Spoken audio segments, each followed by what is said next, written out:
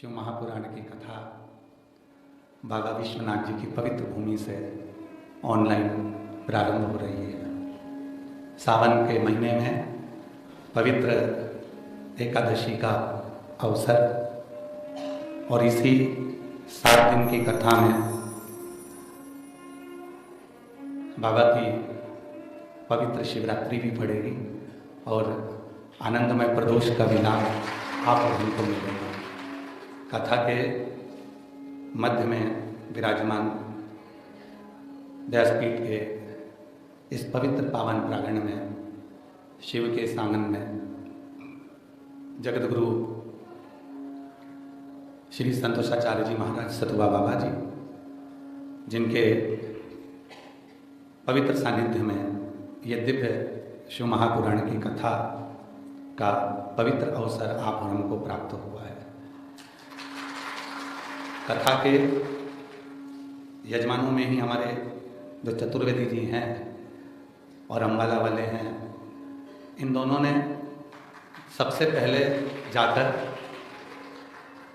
सतुवा बाबा जी के पास पहुँचे और बाबा जी से जाकर विनय करी कि बाबा जी, गुरु जी की वर्षा ऋतु को देखते हुए, बारिश को देखते हुए गुरु जी ने सावन में कथाएं थोड़ी कम दी हैं, तो मन है कि एक ऑनलाइन कथा करवाई जाए काशी में।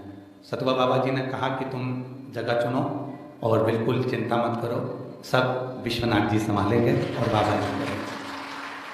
साथ में संजय केसरवानी जी को मैं साधुवाद दूंगा कि स्वास्थ्य गड़बड़ होने के बाद भी जागरूकता के साथ में जैसे ही मालूम पड़ा सतुवा बाबा जी को, वैसे उन्होंने केसरवानी जी को कहा, जोड़े से खड़े हो तुम दोनों। हाँ, तो केसरवानी जी को बोला, जाओ जरा देखो चतुर्वेदी जी और उनकी पूरी जो मित्र मंडली है वो ऑनलाइन कथा करा रही है और जाकर उनकी व्यवस्थाएं संभालो। बाबा जी, केसरवानी जी तुरंत इस व्यवस्थाओं में जुड़ गए। मैं पुनः आपको साधुवाद देता हूँ केसरवानी जी, बहुत बहुत बेटी। कथा के मुख्य यजमान इस कथा के 9 रत्न हैं महाराज जी। इस कथा के केवल 9 रत्नों ने इस कथा को संभाला है और बाकी के विश्वनाथ जी संभालने वाले और सतुवा बाबा जी बैठे हैं, काल भैरव बैठे हैं। इस कथा के 9 रत्न हैं। श्री अमित मुदगल जी अम्बाला हरियाणा से हैं। मैं पुनः आपको साधुवाद देता हूं, जो विश्वनाथ की धरा से आप ऑनलाइन कथा के यजमान बने। श्री कृष्णलाल गुप्ता जी अम्बाला हरियाणा से हैं, जो इस पवित्र शिव महापुराण कथा के यजमान पद ग्रहण करा। श्री राजकुमार राठौर जी, इसके आगे वकील साहब ने लिखना था, तो बाबा जी ये दिल्ली में जज हैं, वकील हैं और बड़े अच्छे आनंद के साथ संभालते हैं। तो राजकुमार राठौर जी वकील साहब दिल्ली से हैं, बहुत बहुत साधुवाद। श्री प्रदीप बंसल जी, ये भी दिल्ली से हैं और पवित्र कथा के हर जगह पर जहाँ थोड़ी बहुत भी छत को नपती हुई देखते हैं तो बल्ली के जैसा टेका लगाने के लिए आ जाते हैं। श्री शमीश्वर और एकांतेश्वर महादेव नोएडा से ऑनलाइन है वो कथा के यजमान, जो टीवी पर ही बने हुए हैं। बहुत बहुत साधुवाद उनको भी। चतुर्वेदी परिवार झांसी से है, जो कि निरंतर इस कथा को हम जब सीहोर में, जैसे बाबा जी ने कहा कि कथा के लिए, तो हमने बाबा जी को वहीं कर दिया था। वो कौन सी जगह थी? बलिया में। तो बाबा जी बोले थे जब चाहो जब कथा करो। फिर हमें तो लग रहा था, जैसे बाबा जी अभी बोले ना, कि कहीं ना कहीं आसार दिख गए थे कि विश्वनाथ कथा सुनेंगे सावन में, चाहे कुछ भी हो। तो चतुर्वेदी जी तक सूचना पहुंची गुरु पूर्णिमा पर। उन्होंने कहा कथा वे काशी में ऑनलाइन हो, उसके लिए मैं साधुवाद देता हूँ चतुर्वेदी परिवार झांसी को। श्री चंदन जी सोनी देवास मध्य प्रदेश से हैं, जो ऑनलाइन हैं। इनके यहाँ अभी निरंतर रोज पार्थिव शिवलिंग का पूजन चल रहा है और रोज प्रतिदिन पार्थिव पूजन का दर्शन आपके यहाँ से हमको होता है। तो मैं पुनः चंदन सोनी जी को और उनके धर्मपत्नी जी को, बच्चों को साधुवाद देता हूँ, जो इस कथा के ऑनलाइन मुख्य यजमान बने। श्री श्रवण कुमार मिंटू भैया वाराणसी से हैं, बहुत बहुत साधुवाद। शायद दूसरी बार योग लगा है, तीसरी बार योग लगा। एक बार जोरदार ताली बजाकर साधुवाद दीजिए मिंटू भैया को। कहीं ना कहीं शिव जी की कृपा दोनों पर है। पहले धर्मपत्नी कथा सुनती थी और धीरे से फिर पति को कथा में लगाया और अब दोनों जने कथा के क्रम में यजमान बने। एक बार जोरदार ताली बजाए। फिर है उषा अग्रवाल जी, वाराणसी से हैं। अभी आप कह रहे थे कि गुरुजी बाबा ने ऐसी कृपा करी है, उषा अग्रवाल जी कह रही थी कि बाबा ने प्रथम बार यजमान बनाया है। पर मैं श्रीमती उषा अग्रवाल जी से, वाराणसी, आप यहीं काशी से हैं, मैं बाबा से प्रार्थना करूंगा, एक बार नहीं, बाबा आपको इतना देता रहे कि हर बार यजमान बनते रहे, यही बाबा से प्रार्थना करें। तो साधुता सभी नवरत्नों को शिव कृपा से, तेरी कृपा बिना न हिले एक भी अणु, लेते हैं श्वास तेरी बखान क्या करूं मैं राखों के ढेर का, चपटी भभूत में है खजाना कुबेर का। हे गंगाधर मुक्ति द्वार ओंकार तू, भोले ओंकार तू, आयो शरण तिहारी शंभु तारता। बाबा विश्वनाथ जी की ये पवित्र भूमि वाराणसी काशी, जहाँ से ये ऑनलाइन कथा आप सब अपने घरों में बैठकर श्रवण कर रहे हैं। अभी महाराज जी कह रहे थे पहला दिन है, शांति दिख रही है। हमने कहा अच्छा है, थोड़ी गुप्त में कथा हो रही है, जब तक सूचना मिलेगी तब तक पूरी हो जाएगी। तो बाबा जी बोले बहुत मुश्किल है, बहुत कठिन है, गूगल का ज़माना है और यहाँ जितने रहते हैं वाराणसी में, इनका नेटवर्क थोड़ा ज़्यादा ही होता है। वाराणसी वालों का जो नेटवर्क बहुत प्रबल होता है, क्योंकि यहाँ का जो नेटवर्क है वो केंद्र तक है। तो यहाँ का कोई नेटवर्क साधारण नहीं है कि यहाँ का नेटवर्क कुछ छोटा मोटा हो। तो शिव कृपा से निवेदन है, सब अपने घरों से कथा का लाभ लें और अपने जीवन को सार्थक बनाएं। इन 9 रत्नों से ज़्यादा किस्मत वाले ये जितने सुनने वाले हो ना तुम, कहीं ना कहीं भोले बाबा ने तुम पर बहुत बड़ी कृपा करी, जो श्रावण में आप इस कथा को सुनने के लिए बैठे। और जो जैसी भावना लाया वो वैसा ही फल। देखो हम अकेले नहीं बाँचेंगे कथा, आप लोगों को साथ साथ में बोलते रहना। जो जैसी भावना लाया वो वैसा ही फल, नहीं खाली उसे लौटाया वो मन ही मन हर्षा, और कर दिया माला माल काशी वाले ने, लुटा दिया भंडार काशी वाले, लुटा दिया भंडार काशी वाले ने, कर दिया माला काशी वाले। अब काशी वाले ने कितना माला माल करा तुम देख लो। सावन का महीना, गंगा जी का तट, शिव की कृपा से वाराणसी क्षेत्र,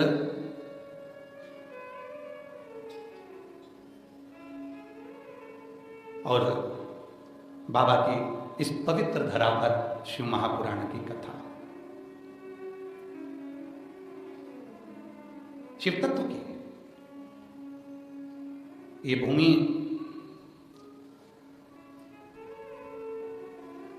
कोई साधारण नहीं है।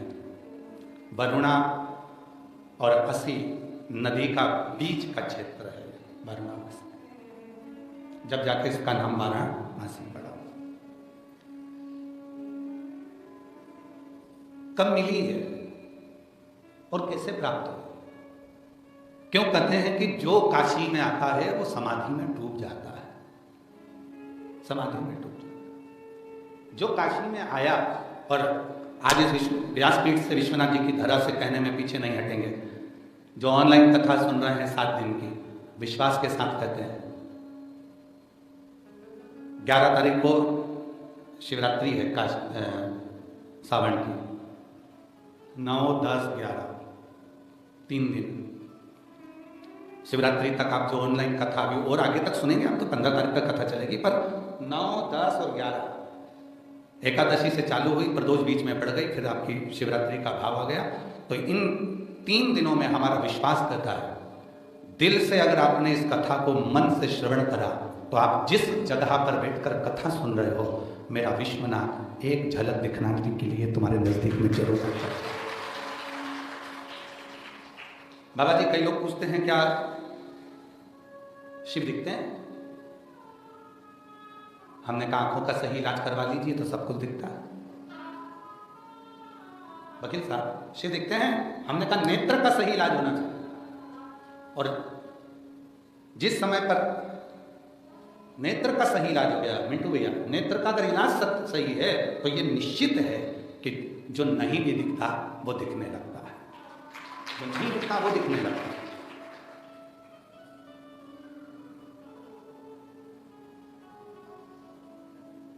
चश्मा नहीं लगाना है हमें, चश्मा तुरंत बदल जाता है, चश्मा तुरंत बदलेगा। नीला चश्मा लगाया है, कभी लाल लगा लिया, कभी कत्थई लगा लिया, कभी धूप तेज हो गई तो काला लगा लिया, कभी कोई चश्मा लगा लिया, कभी कोई चश्मा लगा लिया। हमें चश्मा नहीं लगाना। जैसे एक पेट्रोल पंप, उस पेट्रोल पंप पर एक लड़का अपनी मम्मी को भी बिठा कर ले जा रहा है और अपनी पत्नी को भी बिठा कर ले जा रहा है, और मम्मी और पत्नी को दोनों को बिठा कर ले जा रहा है, और उसने पेट्रोल पंप के बाहर मम्मी और पत्नी दोनों को उतार दिया। अंदर गया, पेट्रोल डलवाया तो उसने पूछा, भैया उन दोनों को बाहर क्यों उतार दिया? तो कि तुम्हारे यहीं तो लिखा था आग लगाने वाली चीज बाहर रखो,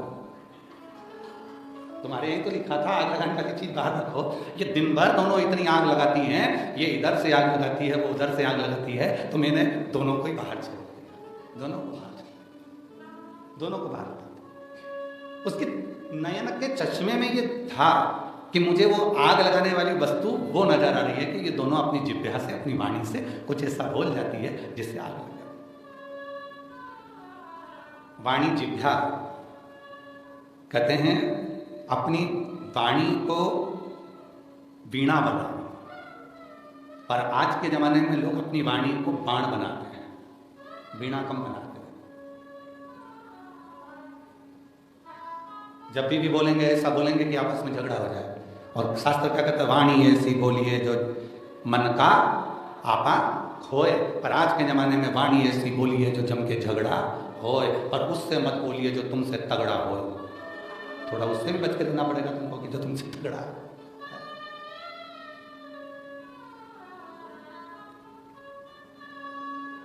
वाणी वीणा भी बन जाती है और वाणी बाण भी बन जाती है। अब तुम्हारे ऊपर निर्भर करता है कि तुम उसको वीणा बनाना चाहते हो कि बाण बनाना चाहते हो।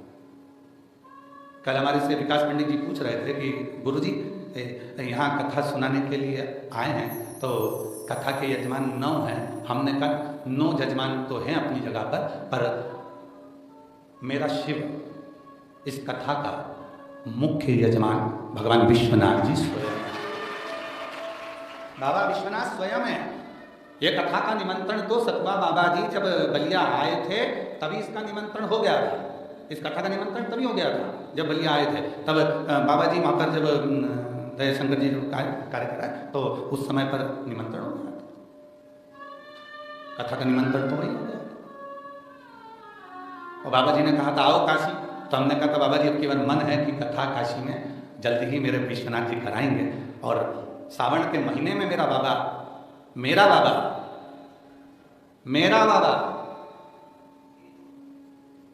काशी विश्वनाथ मेरा बाबा, और इतनी दमदारी से तुमको भी कहना चाहिए मेरा बाबा।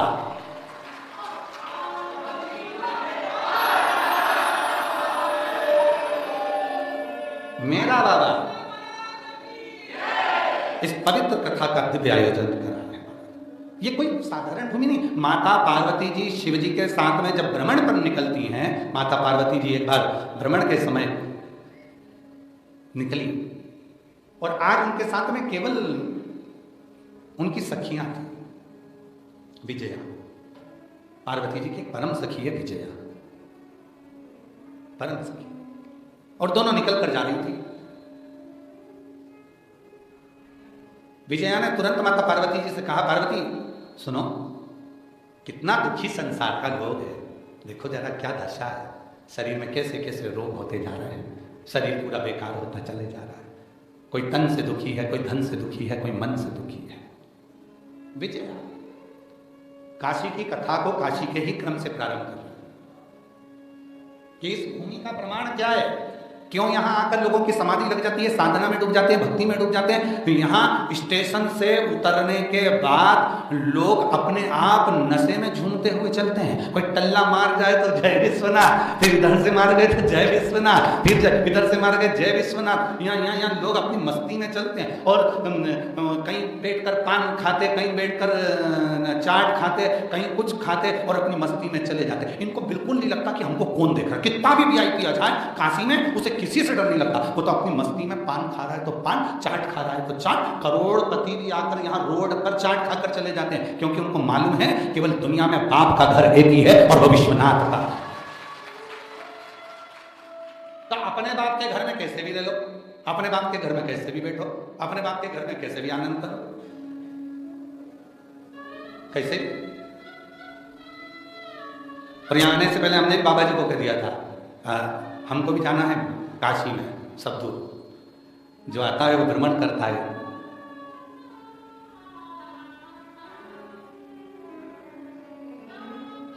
यहां कितना सुंदर है काशी में पंचकेशव, पंचकेशव काशी आदि केशव से जो चालू होते हैं पंचकेशव, कौरताट आदि चुरु आदि जितने भी पंचकेशव है। एक बार एक साधक ने पंचकेशव का दर्शन किया और विश्वनाथ जी नहीं गए। बहुत विवाद था यहाँ शिव संप्रदाय में और वैष्णव संप्रदाय में, बहुत विवाद रहा। वो गया ही नहीं, वो भगवान विश्वनाथ का दर्शन करने के, पंचकेशव का दर्शन कर लिया। पंचकेशव का दर्शन कर कर पांचों केशव का दर्शन करने के बाद में, पंचकेशव का दर्शन करने के बाद में वो गया ही नहीं, पहुंचा ही नहीं। आदि केशव, ज्ञान केशव, चारु केशव,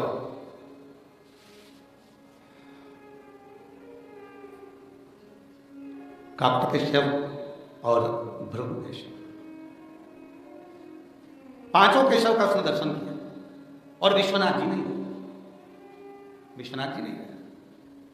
अब उसने बहुत पहुंचने के बाद बहुत बड़ा फंक्शन रखा कि भाई मैं परम भगवदीय वैष्णव हूं और मैं काशी होकर आया हूं और काशी में जाकर मैंने पंचकेशव का दर्शन किया और खूब बड़ा फंक्शन रखा, भंडारा रखा, भोजन रखा, खूब उत्सव रखा, खूब उत्सव। पर उसका चित्त शांत नहीं रहा। पंचकेशव के दर्शन करने के बाद, काशी विश्वनाथ के दर्शन करने के बाद जो सुख मिलता है, वो पंचकेशव करने के बाद में विश्वनाथ का दर्शन नहीं किया और उसको वो शांति भीतर की नहीं मिली।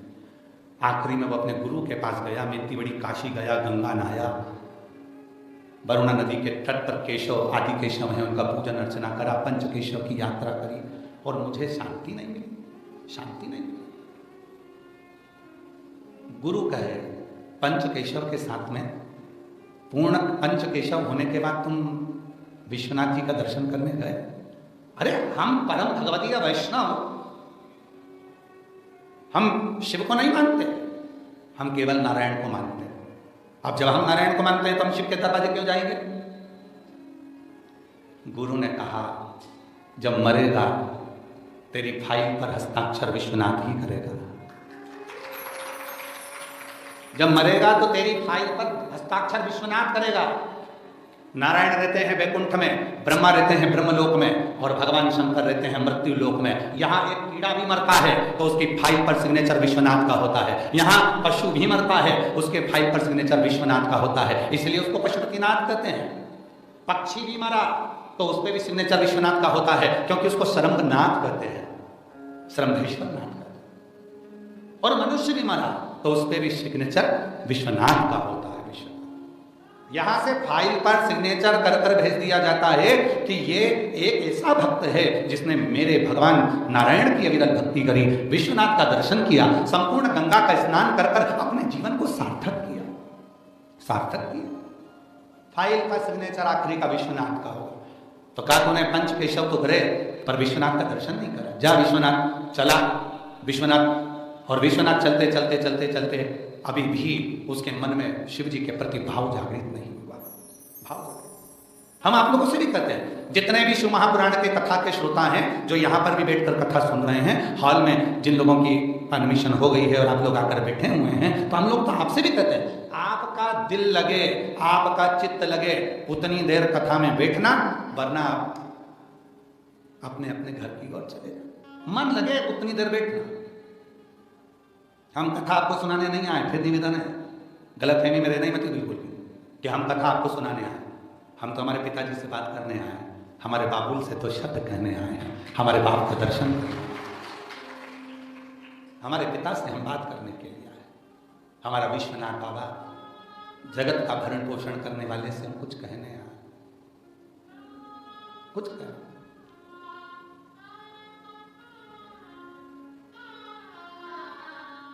उससे अपने हृदय की बात कहने आए। तुम्हारे को कथा तो तुम रोज ही सुनते हो, मोबाइल खोलो, टीवी खोलो, सुनने को मिल जाती है।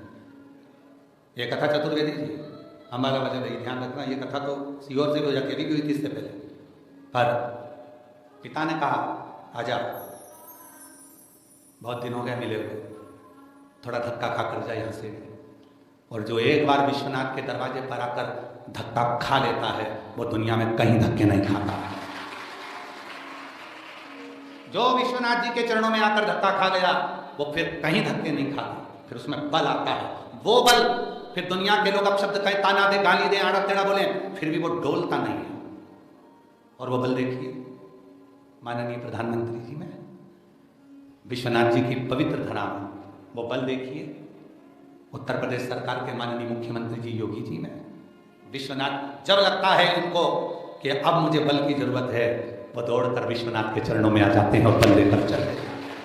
यहाँ बल मिलता है, एनर्जी अलग से, पावर है। सबसे बड़ा वो कहते हैं बिजली का सबसे बड़ा टावर वहां लगा हुआ है, बिजली का वहां टावर लगा हुआ है, पर हम तो कहते हैं शिव भक्तों का सबसे बड़ा टावर ही विश्वनाथ है। शिव भक्तों का सबसे बड़ा टावर है। इसलिए शायद स्कंद पुराण में लिखा 5 बार काशी काशी काशी काशी काशी काशी कह दो।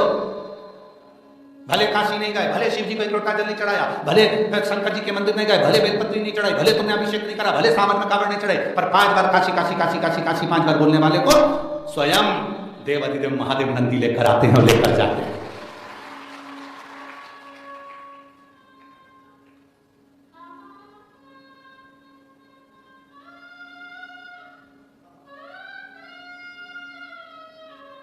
हमने हमारी धर्मपत्नी को महाराज जी बाबा जी बोला था कि राघव जी हो गए हैं, उसके बाद अगर गुड़िया रानी होगी तो उसका नाम काशी धर देंगे, काशी रखेंगे, दिन भर काशी काशी निकलेगा। पर भोलेनाथ जी को पसंद ही नहीं था, तो राघव के बाद माधव को भेज दिया। तो हमने तो सोचा था कि काशी नाम रख देंगे। और आज भी बाबा जी नियम है हमारा, आप सीहोर होकर आए हैं, हम अगर सीहोर में हैं और अगर कोई माता जी ने बाहर आकर कह दिया कि जाकर गुरु जी से कह दो काशी बाई आई है, कोई भी हो, किसी भी कोई भी हो, हम उससे मिले बिगड़ रहते नहीं हैं, हम उसको मिलते जरूर। अब जितने आस्था चैनल पर सुन रहे हैं, तुम ये मत बोल कर देना, झूठा नाम मत लेना हो। तो नहीं तो वकील साहब बहुत सारे नहीं तो झूठा नाम लेते रहे कि हमारा नाम ही काशी है, आईडी देख लेंगे हो काशी। कोई कहते हम काशी का ही हैं, गुरु जी से जाकर कह दो कि महाराज हम आए हैं। बाबा जी काशीबाई की हमको एक कथा याद आ रही है। अमरावती में एक काशीबाई नाम की एक स्त्री रहती थी, बहुत बुजुर्ग थी।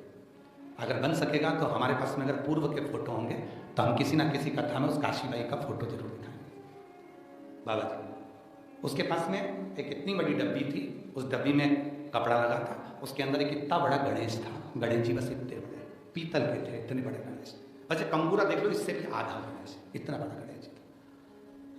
शिव जी की इतनी उपासक थी, उससे बात करते हो तो हमेशा, और आज भी जितने लोग अमरावती वाले कथा सुन रहे होंगे, जितने महाराष्ट्र के अमरावती वाले कथा सुन रहे होंगे, अमरावती में दादी सती के मंदिर से 12 घर छोड़कर वो काशीबाई रहती। जितने अमरावती वाले कथा सुन रहे हैं ध्यान रखना।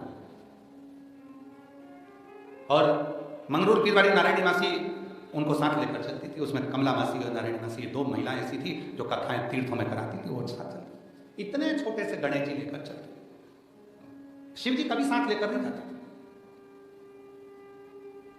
उससे पूछो कि काशी भाई तुम शंकर जी साथ लेकर नहीं चलती, गणेश जी लेकर चलती, तो क्या जहां औलाद वहां बाप, जहां औलाद वहां पिता।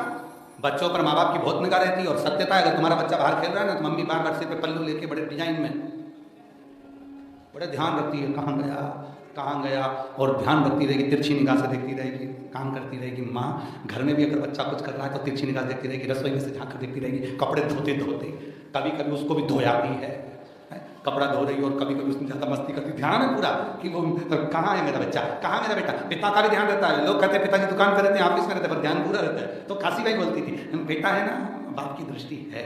और सुनो महाराज, आज कहती हूँ मेरी कोई औलाद नहीं है, मेरा पति भी नहीं है, बाल काल में मैं बाल विधवा हूँ, वो मर गया था, तो मैं अकेली हूँ। पर विश्वास से कहती हूँ मैं जब मरूंगी ना तो मुझे लेने के लिए स्वयं विश्वनाथ गणेश जी को ही भेजेंगे। बाबा जी, अगर अमरावती के और महाराष्ट्र के लोग कथा सुन रहे होंगे तो वो काशी बाई को याद करना, जितने महाराष्ट्र के लोग हैं। जब वो अपने कमरे में मरी, किसी को मालूम नहीं पड़ा कि वो मर गए, किसी को सूचना नहीं मिली कि मर गए। 4-5 दिन में जब शरीर में से गंध आने लगी तब पड़ोसियों ने कहा ऐसा लगता है काशी बाई मर गए। गंध इतनी तेज थी कि शरीर को कोई हाथ लगाने को तैयार नहीं था। तभी सामने से एक महावत हाथी को लेकर आ रहा था। उसने कहा दरवाजा भी मैं ही खोल दूंगा और बुढ़िया को उठाकर शमशान तक भी मैं ही छोड़ दूंगा।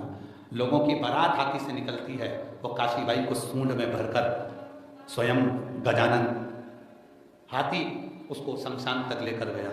और जब तक उसका अंतिम संस्कार नहीं हुआ वो हाथी भी वहीं खड़ा रहा।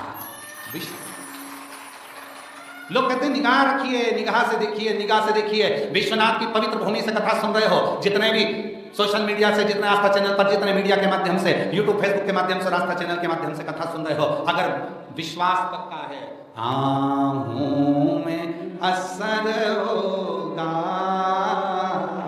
घर बैठे बुला ले, तुम रूठे रहो भोले, हम तुम्हें मना लेंगे।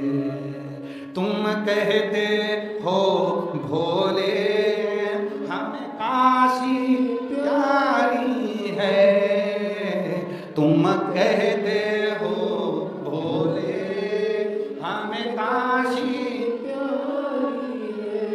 एक बार तो आ जाओ, काशी बना देंगे। एक बार तो आ जाओ, काशी बना देंगे।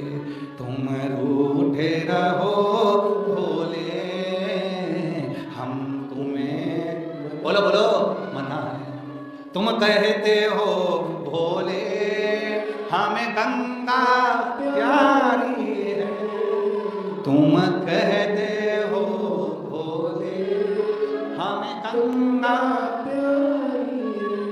अरे एक बार तो आ जाओ, गंगा भी बुला देंगे। एक बार तो आ जाओ, गंगा भी बुला। तुम कहते हो मुझे गंगा प्रिय है, तुम कहते हो मुझे काशी प्रिय है, तुम कहते हो पार्वती प्रिय है, तुम हम एक बार आओ, तुम आना मेरे घर आना। बाबा आओ, आओ जरा मेरे घर आओ, आओ जरा। अब तुम्हारे यहाँ की काशी की तो एक कथा फेमस है, कचौड़ी वाले की।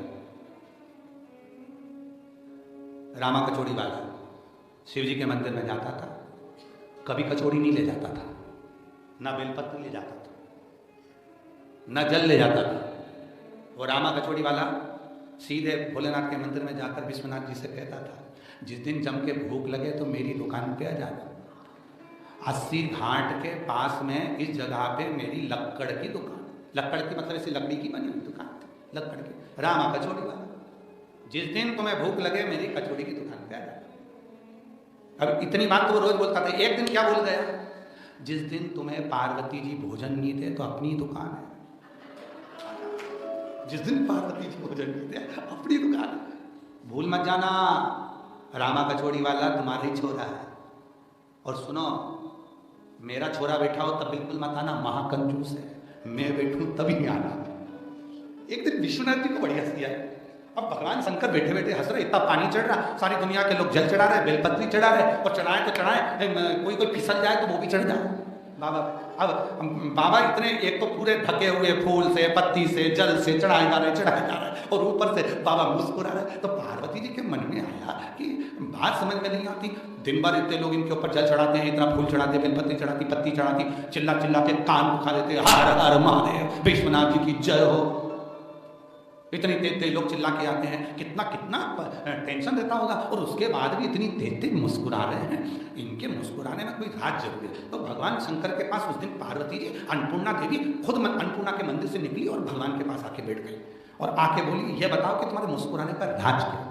तो क्या वो रामा का चोरी वाला के गया है, जब तुम्हारी पत्नी भोजन नहीं दे आ जाना।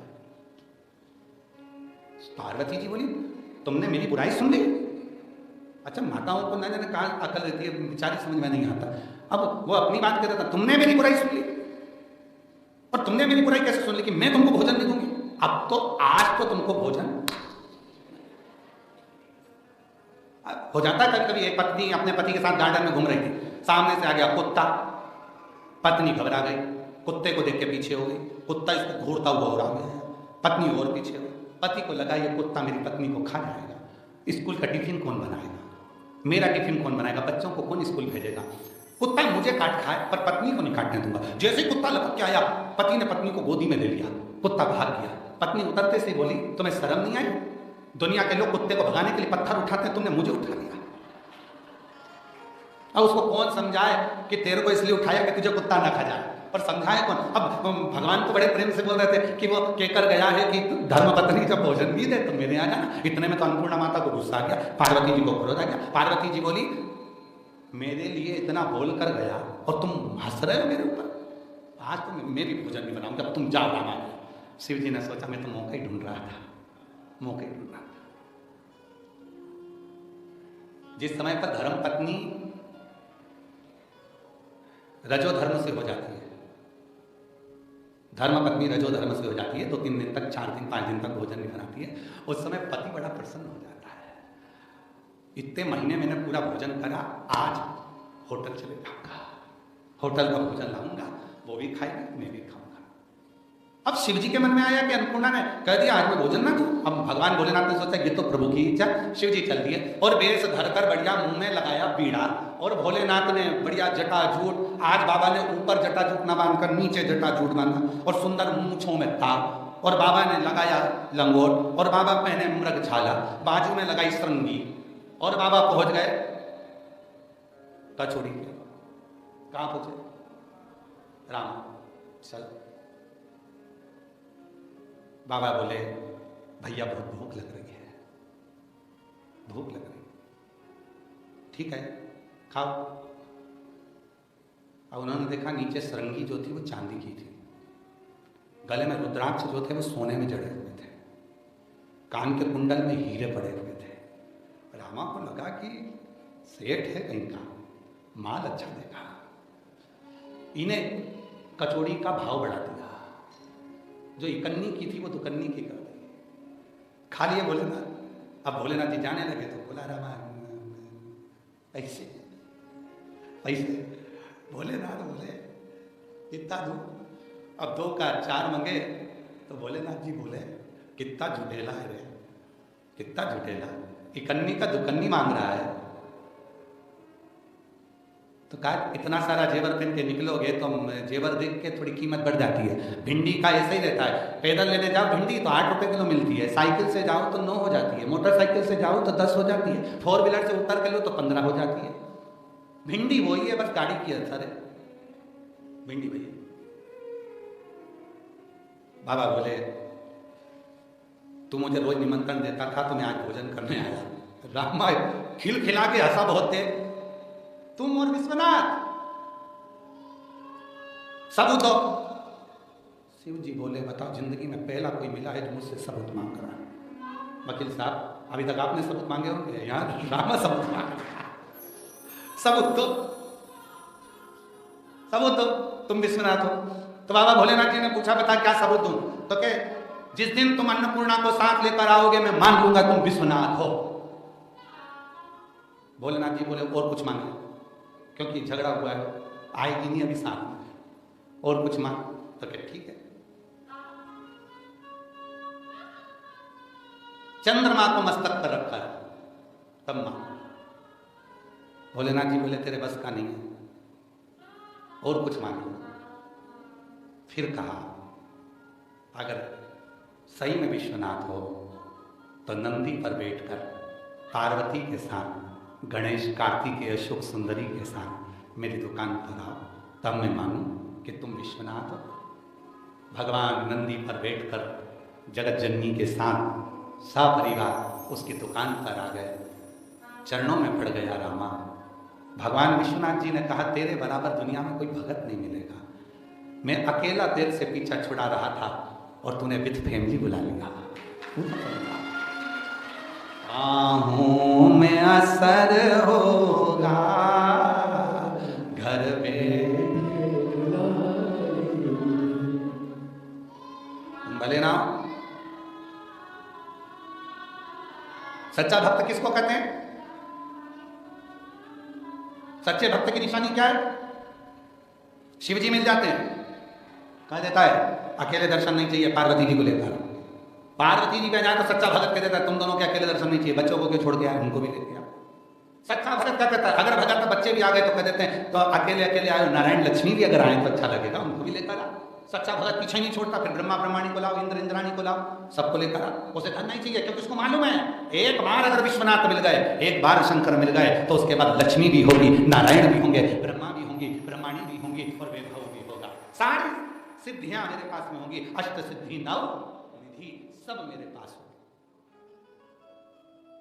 और नव निधि में एक निधि बड़ी प्रबल होती है महाराज, आप लोगों ने कथा में सुना होगा, हमने पहले बात वर्णन किया। नव निधि में एक निधि बड़ी प्रबल होती है, जिसको कहते हैं नील निधि। कौन सी निधि है? नील निधि। महाराज दुनिया के लोग भगवान से कहते हैं भगवान हमको अष्ट सिद्धि नव निधि दे दो। हम कहते हैं कि नव निधि की जगह अगर आपने केवल नील निधि, नील निधि का मतलब होता है विश्वनाथ जी को, शंकर जी को, भोलेनाथ जी को, शंभुनाथ जी को अगर श्रावण के महीने में सोमवार पड़ जाए, श्रावण के महीने का सोमवार पड़े, और श्रावण के महीने के सोमवार के दिन, श्रावण के महीने के सोमवार के दिन अगर नाग पंचमी पड़ जाती है, और भगवान शंकर को एक कमल आता है श्वेत, एक कमल आता है नीला गुलाबी सा, हल्का सा नील वर्ण का, एक कमल हल्का सा नीला जैसा गुलाबी सा दिखता है, वो कमल यदि शिव जी को मात्र एक समर्पित कर दिया जाए, सावन के महीने के सोमवार को पड़ने वाली नाग पंचमी के दिन अगर वो नील निधि के नाम से, हे भोले बाबा आपके जीवन की सारी जितनी निधियां हैं वो नील निधि में समाहित है, और उस नील निधि के भाव से मैं ये कमल दल आपको दे रहा हूं, और बाबा को समर्पित कर कर वो कमल दल भगवान शंकर के मंदिर से लेकर आ जाओ, जिंदगी में कभी भूखे नहीं रहना पड़ेगा, सारी निधियां तुम्हारे पास में होगी, सारी सिद्धियां तुम्हारे पास में। वो नील निधि 33 वर्ष में बाबा जी 33 वर्ष में 6 बार सावन के सोमवार को नागपंचमी पड़ी है। 33 वर्ष, एक पड़ी थी 96 में, एक पड़ी थी 99 में, एक पड़ी थी 2012 में, एक पड़ी थी 2019 में, एक पड़ी थी 2023 में, और अब इस वर्ष भी 2026 में सावन के सोमवार को 17 तारीख को बाबा की ये शिवरात्रि फिर पड़ रही है, वापिस नागपंचमी पड़ रही है, वापिस नागपंचमी पड़ रही है। सावन के सोमवार पर पड़ने वाली नाग पंचमी को निधि पंचमी कहा जाता है, नील निधि पंचमी।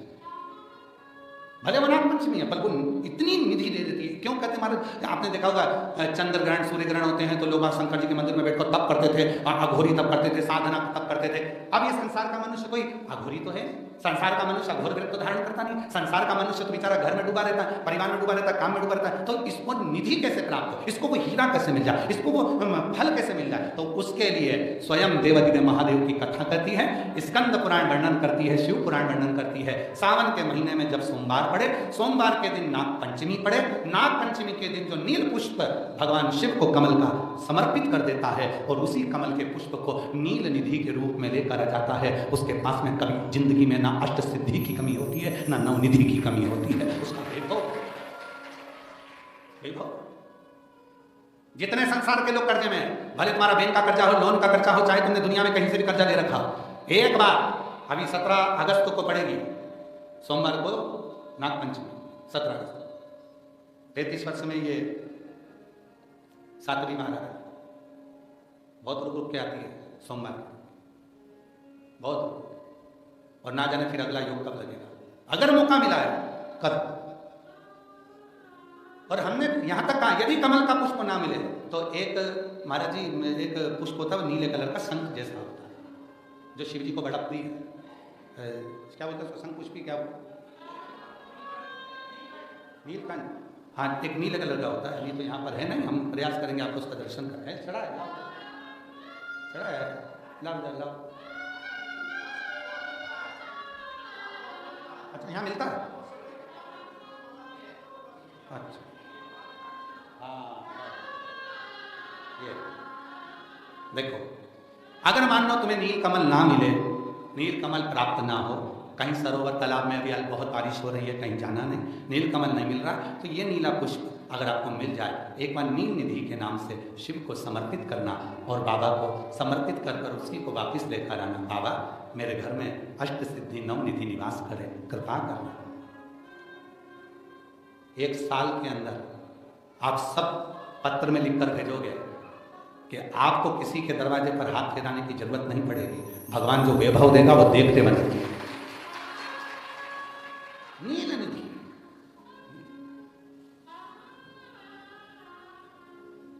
कौन सा दिन है बोलो जरा, सावन के, जम के बोलो जरा, जम के बोलो, सावन के सोमवार पर यदि नाग पंचमी पड़े, फिर हमें ना तो तप करना है, ना साधना करना है, ना कोई उपवास, ना कोई। और एक और चीज बड़ी सुंदर लिखी है महाराज, नील निधि, ध्यान दीजिएगा।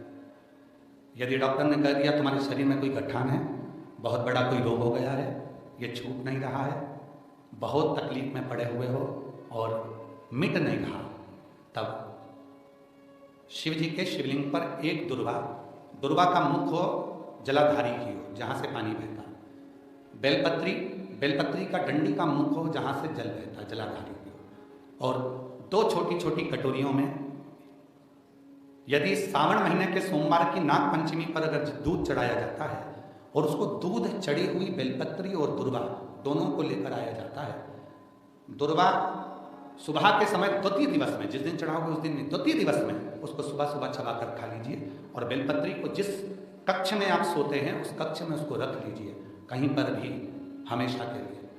जो शरीर का रोग है वो धीरे धीरे मिटेगा ही, और 4 से 6 महीने के अंदर बड़े से बड़ा रोग सारी रिपोर्टें नील आकर सामने खड़ी।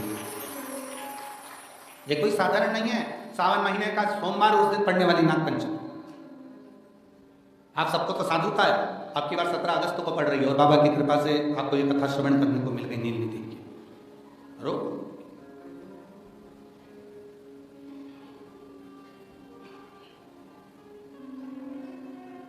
और हे शंभु बाबा मेरे तीनों लोक में तू ही तू, हे शंभु बाबा मेरे भोलेनाथ, 3 लोक में तू ही तू, श्रद्धा सुमन मेरा मन बेलपत्री जीवन भी अर्पण कर दो, हे शंभु बाबा मेरे भोलेनाथ, तीनों लोक में तू ही तू। हर जगह पर वही है, कथा वही है, जल भी आप चढ़ा रहे हो, दूध भी आप चढ़ा रहे हो, बेलपत्र भी चढ़ा रहे हो, पर तरीके अलग है। बाबा जी कई लोग कहते हैं कि हम तो पहले भी जल चढ़ाते थे, हम तो पहले भी बेलपत्र चढ़ाते थे, आप लोग भी चढ़ाते थे पहले भी जल, पहले भी बेलपत्र चढ़ाते थे, पहले भी पूजन करते थे। तो अब ऐसा क्या होने लगा कि अब लोग जल चढ़ाते हैं, अब लोग बेलपत्र चढ़ाते हैं और उनकी मनोकामना पूरी हो जाती है। हमको तो लग रहा था ऑनलाइन कथा है, पत्र नहीं आएंगे, पर यहां भी लोग पत्र लिया, मतलब बाबा देता तो है, शिव कृपा तो करता। तो पहले भी लोग जल चढ़ाते थे, पहले भी मंदिर जाते थे, फिर आज के जमाने में ऐसा लोग कहते हैं सीहोर वाले बाबा ने, पंडित प्रदीप मिश्रा जी ने ऐसा क्या कर दिया जो दुनिया के लोगों के काम होने लगे। हुआ कुछ नहीं। डॉक्टर पहले तुम क्या करते थे, मेडिकल से दवाई लाते थे, डायरेक्ट खा लेते थे,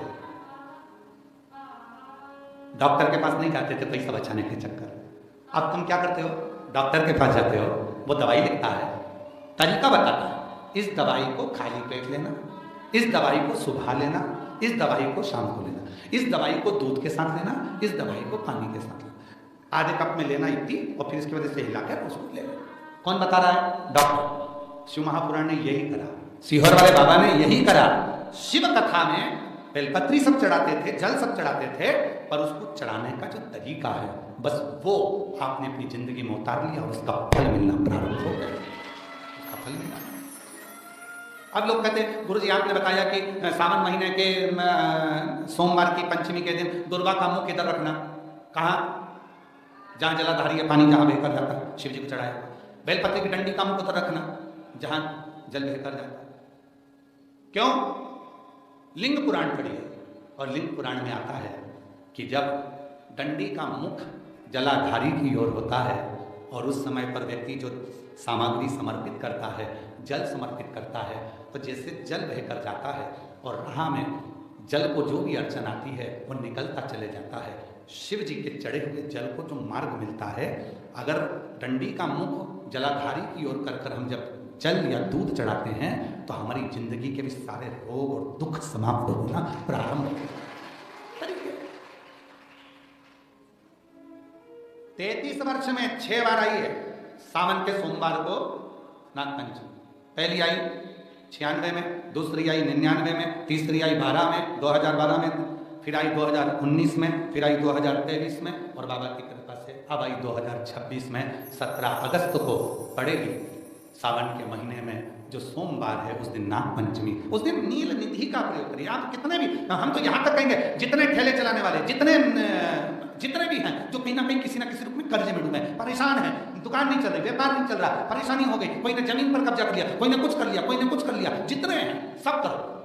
और एक नील पुष्प, नील कमल के भाव से, नीला कमल मिल जाता, ठीक है, नहीं मिले तो नील पुष्प जो अभी दर्शन कराया, बाबा जी बोले काशी में तो ये बहुत ज्यादा मात्रा में मिलता है और लोग शिव जी को समर्पित कर उस नील पुष्प समर्पित। अगर भोले बाबा का सहारा न होता, अगर भोले बाबा का सहारा न होता, तो दुनिया में कोई हमारा न होता, तो दुनिया में कोई हमारा न होता। अगर भोले बाबा सहारा न होता, अगर भोले बाबा, बोलो बोलो, सहारा न होता, तो दुनिया में कोई हमारा, अगर है तो उसका सहारा, उसका सहारा, उसकी कृपा, उसकी कृपा, उसकी दया। अब आते हैं जिनके बच्चे एजुकेशन कर रहे हैं, पढ़ाई कर रहे हैं, कंपटीशन एग्जाम दे रहे हैं और उन बच्चों का सिलेक्शन नहीं हो रहा, ठीक है, और जितने बच्चे करेंगे वो हमको पत्र जरूर लिखेंगे कि तुम्हारा हुआ कि नहीं, काशी से बोलकर जा रहा है। और ये कथा केवल सीहोर वाला बाबा नहीं बाँच रहा, ये कथा स्वयं विश्वनाथ बाँचने के लिए आए। जितने शब्द होंगे सारे विश्वनाथ जी के होंगे। जितने बच्चे एजुकेशन कर रहे हैं और जितने बच्चे कंपटीशन एग्जाम दे रहे हैं, रिजल्ट नहीं आ रहा, 1 नंबर से, आधे नंबर से, 1.5 नंबर से, 2 नंबर से रह जा रहे हो, तो प्रयास करो। सावन के महीने के सोमवार की नागपंचमी के दिन, सोमवार की नागपंचमी के दिन लाल चंदन बाजार में होता है, लाल चंदन, उस लाल चंदन का लेपन घिस लो, उसको घिसकर बेलपत्री की दोनों पत्तियों में, नीचे वाली दोनों पत्तियों में उस लाल चंदन का लेपन करिए। बेलपत्री के नीचे वाली दोनों पत्तियों में लाल चंदन का लेपन करिए और ऊपर वाले पत्ते पर केवल लच्छा, लच्छा किसको बोलते हैं यहाँ पर, क्या बोलते हैं, नाड़ा, लच्छा क्या बोलते हैं, मौली, लच्छा, नाड़ा जो भी है, वो बीच वाली पत्ती पर रखकर देवादिदेव महादेव को समर्पित कर दीजिए और बाबा पर 1 लोटा जल चढ़ा दो। शिव जी से प्रार्थना कर कर बेलपत्री वहीं छोड़ो, लच्छा लेकर आ जाओ और अपने हाथ में या अपने कमरे में उसको संभाल कर रखो। जब तुम्हारा विल पावर कमजोर हो, जब तुम्हें लगे कि मुझे ये कंपटीशन एग्जाम निकालना है, उस समय पर भले एग्जाम में तुम्हें बांध कर नहीं जाने दें, पर उसके पहले तक भी तुम्हारे शरीर के पास में वो लच्छा होना चाहिए। फिर भले उतार कर जाओ, एग्जाम देकर आओ, फिर पत्र इस व्यासपीठ पर तुम्हारा जरूर होगा, मिले। वो साधारण नहीं है। सावन के महीने के सोमवार को पड़ने वाली शिव नाग पंचमी को नील निधि पंचमी कहते हैं। उस नील निधि का मतलब है सारी सिद्धियां एक ही निधि में प्राप्त हो जाती है। और हम तो बाबा के भरोसे चलते, हम तो बाबा के भरोसे चल। शिव पुराण कह रही है, भगवान शंकर का चरित्र कह रहा है। वो व्यक्ति पंच केशव के दर्शन कर कर गया, विश्वनाथ जी का दर्शन नहीं किया तो भी निंदा में डूबा रहा। आखिरी में विश्वनाथ जी ने उसको देखा कि ये साधारण मनुष्य नहीं है, स्वयं नारायण का उपासक है। नारायण उसके लिए आए, ये मुझे मानता है इसलिए तुम्हारी ओर नहीं जा पाया, क्षमा करो इसकी गलती को। आप गले से लगाओ। शिव शिव है, शंकर शंकर है, और जिसके दिल में शिव होता है ना, वो कहीं ना कहीं क्षमा की मूर्ति होता है। क्षमा की आप देखिए, अभी जंतर मंतर पर कितना आंदोलन हुआ, उसमें कितनी कितनी गालियां दी गई। उसके बाद भी हमारे भारत सरकार के यशस्वी प्रधानमंत्री जी ने, नरेंद्र भाई मोदी जी ने सबको क्षमा की, क्योंकि शिव क्षमा की मूर्ति। जिसके दिल में शिव है ना, वो क्षमा तुरंत देता। ठीक है, हो गया ना गलती, जान दो। आग लगे बस्ती में, अपन रहो मस्ती में। क्या किसको रोई है, चादर तान के सोई है, क्या उसके लिए रोना? बार बार बार बार विचार करना, क्या विचार करना उसको? अपन तो शिव तत्व की ओर, भगवान शंकर शिव महाराज।